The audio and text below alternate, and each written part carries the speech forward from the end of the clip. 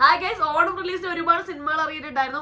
മജേന്റെ രണ്ടാം മോഷണം ഇറങ്ങി ടോവിനോന്റെ, അതുപോലെ തന്നെ ആസിഫ് അലിയുടെ കിഷ്കിന്ദ കാണ്ഡം, അതുപോലെ തന്നെ ആന്റണി വർഗീസ് പെപ്പയുടെ കൊണ്ടൽ, അതുപോലെ റഹ്മാൻ അഭിനയിച്ച ഒമർ ലുലു സംവിധാനം ചെയ്ത ബാഡ് ബോയ്സ്. അപ്പൊ ഇതിൽ ഏത് പടം വിൻ ചെയ്യുന്നുള്ളൊരു ചോദ്യമുണ്ട്.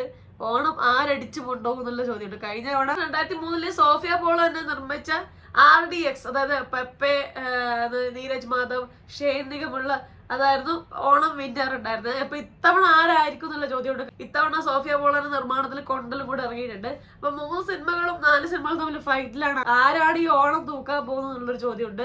അജയന്റെ രണ്ടാം മോഷണം എന്ന് പറഞ്ഞാൽ ഹൈപ്പിൽ വന്ന, കാരണം ട്രെയിലർ അടിപൊളിയായിരുന്നു. ട്രെയിലർ ഗംഭീര ട്രെയിലർ ആയിരുന്നു. അതിന്റെ വിഷ്വൽ സംഭവങ്ങളും കാര്യങ്ങളൊക്കെ ആയിട്ട് ഭയങ്കരമായിട്ടുള്ള ഒരു പ്രതീക്ഷ ഒരു ട്രെയിലർ ആയിരുന്നു അജയന്റെ രണ്ടാം മോഷണം. അതുകൊണ്ട് തുടക്കത്തിൽ തന്നെ ഈ എല്ലാ പടങ്ങളിലും വെച്ച് ഫസ്റ്റ് നിരയിലുണ്ടായിരുന്നത് അജയന്റെ രണ്ടാം മോഷണമായിരുന്നു. അത് കഴിഞ്ഞിട്ട് ഇപ്പോഴും അതിന്റെ ആ ഒരു പേസ് തുടർന്നുകൊണ്ട് പോകുന്നുണ്ട്. ആൾക്കാർ നല്ല അഭിപ്രായം പറഞ്ഞു പോകുന്നുണ്ട്. പിന്നെ പറയേണ്ടത് ആസിഫ് അലിന്റെ കിഷ്കിന്ദ കാണ്ഡാണ്. അത് ആദ്യം തുടക്ക ദിവസത്തിൽ ഒട്ടും പ്രതീക്ഷയില്ലാതെ ആ ഒരു അഭിപ്രായം കേൾക്കാതെ തിയേറ്ററിലോട്ട് വന്നതാണ്. കാരണം ഒരു ട്രെയിലർ മാത്രമാണ് അതിൽ സർപ്രൈസിങ് ആയ അടിപൊളിയായ ട്രെയിലർ ഉണ്ടായത്. അല്ലാതെ അതിനൊരു ഹൈപ്പേ ഉണ്ടായില്ല. ഒട്ടും ഹൈപ്പ് ഇല്ലാതെ വന്നൊരു പടമാണ് കിഷ്കിന്ദ കാണ്ഡം. പക്ഷെ ആൾക്കാരുടെ അഭിപ്രായം കേട്ട്, തിയേറ്റർ റെസ്പോൺസ് കേട്ട് പടം അടിപൊളിയായിട്ട് പോടുന്നുണ്ട്. പിന്നെ വരുന്നതാണ് കൊണ്ടൽ. കൊണ്ടൽ എന്ന് പറഞ്ഞാൽ ആന്റണി വർഗീസ് പെപ്പ ഇടിപ്പടം.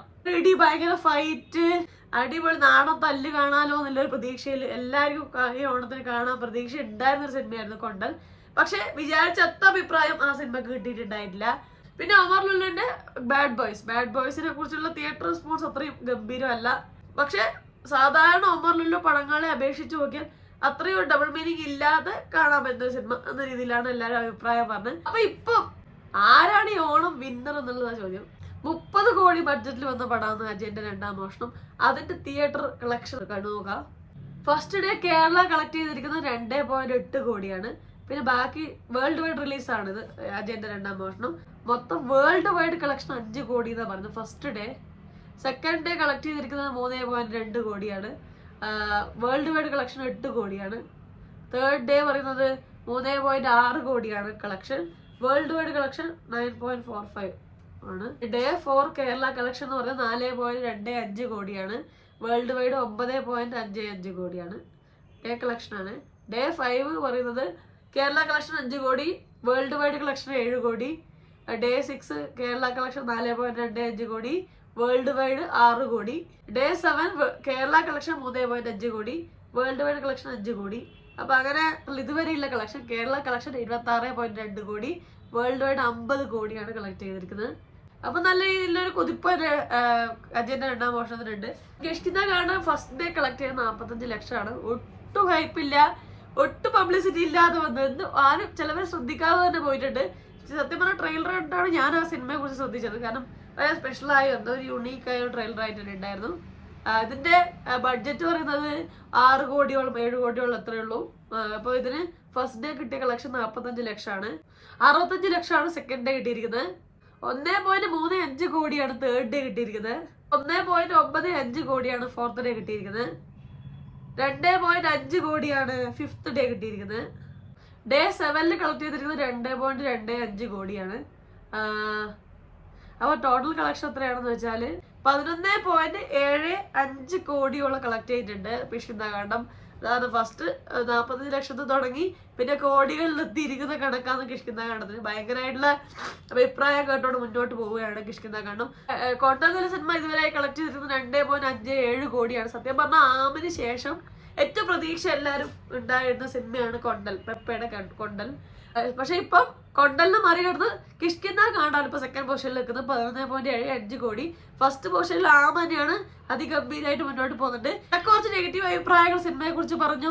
അതുപോലെ തന്നെ സെക്കൻഡ് ഡേ പടത്തിന്റെ പൈറേറ്റഡ് കോപ്പി ഇറങ്ങുകയും അതിനൊരു നെഗറ്റീവ് മാത്രമല്ല, ആദ്യത്തെ ഡേ അല്ലെങ്കിൽ ഫസ്റ്റ് 2 ദിവസങ്ങളിൽ സിനിമയെ കുറിച്ചുള്ള അഭിപ്രായങ്ങൾ താഴോട്ട് പോയിട്ട് ആൾക്കാരായിട്ട് നെഗറ്റീവുകൾ പറയാൻ തുടങ്ങിയിട്ടുണ്ടായിരുന്നു. കാരണം കിഷ്കിന്ദ കാണ്ഡം പ്രതീക്ഷിച്ചതിലപ്പുറം മുന്നോട്ട് കുതിക്കുന്ന ഒരു സമയമായിരുന്നു.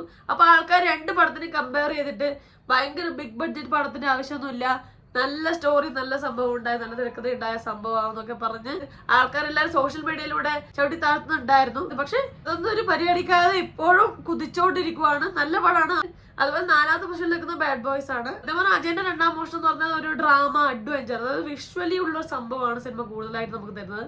അല്ലാതെ ഭയങ്കര തിരക്കഥ ഭയങ്കര സംഭവം അങ്ങനെയല്ല, കൂടുതലായി മേക്കിങ്ങിൽ നിൽക്കുന്ന പടമാണ്. കാരണം കിടിലായിട്ടുള്ള നമുക്ക് വിഷ്വൽസ് നമുക്ക് തോന്നും. സിനിമാറ്റോഗ്രാഫി ആയാലും മ്യൂസിക് ആയാലും ഹിബു ഉണ്ണിനാൻ തോമസിന്റെ മ്യൂസിക് എല്ലാം കിടിലായ സിനിമ.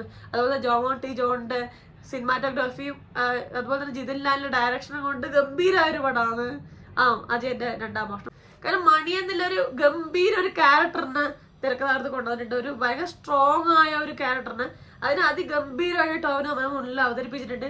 എത്ര പവർഫുൾ ആ ഒരു ക്യാരക്ടറായിട്ട് മാറിയിട്ടുണ്ട് മണിയൻ. തിയേറ്റർ കണ്ടാറുമ്പോൾ നമ്മുടെ മനസ്സിൽ മണിയെ മാത്രമേ ഉള്ളൂ. മാത്രമല്ല വിഷ്വലി ഭയങ്കര ഗംഭീരമായിരുന്നു. ആ വെള്ളച്ചാട്ടത്തിൽ എടുക്കും. അതുപോലെ തന്നെ ഇവര് ഗുഹയിൽ ജഗദീഷും ടോവിനോയും മണിയനും തമ്മിൽ സംസാരിക്കുന്ന സീനും അതൊക്കെ ഭയങ്കര അടിപൊളിയായിരുന്നു വിഷ്വലി.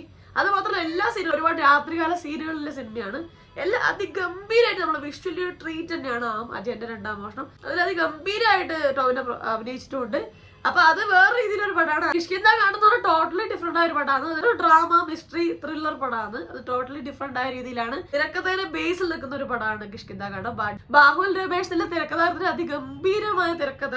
അതിന്റെ കൂടെ വിജയരാഘവന്റെ അപ്പൂപ്പിള്ള എന്നുള്ള ക്യാരക്ടർ നമ്മൾ മുന്നിൽ പ്രസന്റ് ചെയ്ത ഒരു അനുഭവം അല്ലെ, അതിഗംഭീരമായിട്ട് അഭിനയിച്ച വിജയരാഘവൻ എന്നുള്ള ഒരു ആക്ടറിന്റെ പല ഷെയ്ഡ്സ് നമ്മൾ കണ്ടിട്ടുണ്ട്.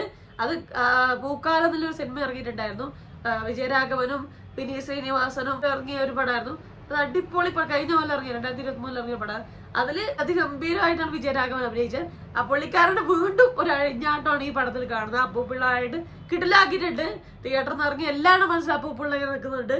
അതുപോലെ തന്നെ മകനായിട്ട് എത്തിയ ആസിഫ് അലി ഗംഭീരമായി അഭിനയിച്ചിട്ടുണ്ട്. ഫസ്റ്റ് ഹാഫിൽ അത്രയും അഭിനയിക്കാൻ പുള്ളിക്കാരനില്ല. സത്യം പറഞ്ഞാൽ അച്ഛനും മകനുള്ള റാപ്പോ ഒക്കെ അതിഗംഭീരമായിട്ട് തന്നെ ആസിഫ് അലി ചെയ്തിട്ടുണ്ട്.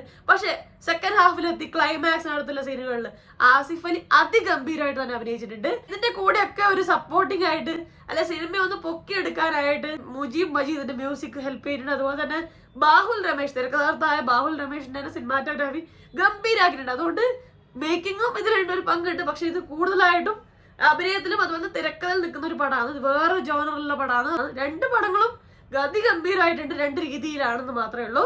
അപ്പൊ ഒരു സിനിമ വെച്ച് മറ്റു സിനിമയെ താഴ്ത്തി കാണേണ്ട ആവശ്യമില്ല. നമുക്ക് നല്ല അതായത് വിഷ്വലി അടിപൊളിയായ ബ്രഹ്മാണ്ഡ ചിത്രങ്ങൾ വേണ്ടേ. അപ്പം സത്യം പറഞ്ഞാൽ നല്ലൊരു ടെക്നിക്കൽ ടീമാണ് ആമിന്റെ പുറകിലുള്ളത്. നല്ല സിനിമാറ്റോഗ്രാഫി, നല്ല ഡയറക്ഷൻ, നല്ലൊരു സ്ക്രിപ്റ്റ്, അതുപോലെ തന്നെ നല്ല മ്യൂസിക്കുകൾ, നല്ലൊരു ടീമുണ്ട്. നമുക്കൊരു ബ്രഹ്മാണ്ഡ സിനിമ ഉണ്ടാക്കാനുള്ള ഒരു പ്രതീക്ഷ നമ്മളെ കയ്യിലുണ്ട്. അപ്പൊ ആ പ്രതീക്ഷ നമ്മൾ കൈവിടരുത്. നമ്മൾ അവരെ അടിച്ചു താഴ്ത്താൻ പാടില്ല. അതായത് ഒരുപാട് കമന്റ്സ് കണ്ട് അത്ര നല്ല പടം നല്ല ചുമ്മാ ഹൈപ്പാന്നൊക്കെ പറഞ്ഞ് ആ രീതിയിൽ കാണരുത്. നമുക്ക് ഇനിയും ഗംഭീര സിനിമകൾ തരാൻ കേപ്പബിൾ ആയ ടീമാണ്.